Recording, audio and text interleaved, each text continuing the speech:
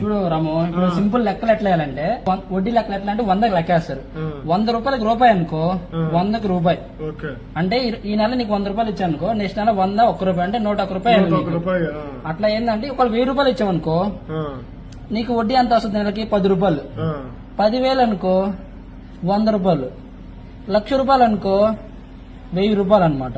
అంటే నీకు 1,00,000 రూపాయలు ఇస్తే నెలకు వడ్డీ అంతా 1000 రూపాయలు.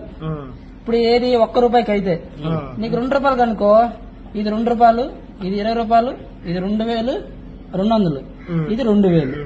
ఇప్పుడు బాబాయ్ చెప్పింది అంతా 2.5 లక్ష. ఓకేనా? ఇప్పుడు 2.5 లక్ష అంటే సింపుల్ క్యాల్కులేషన్ ఏంటంటే 2 లక్షకి వచ్చి నెలకి 2,000.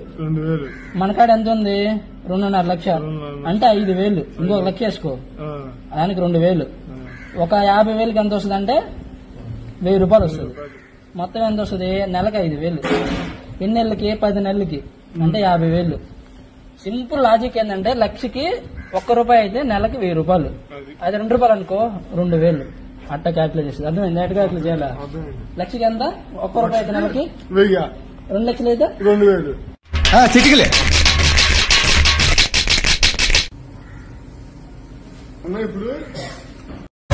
ఇలాంటి ఎంటర్టైనింగ్ ధమాకాలు ఇంకా చూడాలనుకుంటే like, share and subscribe to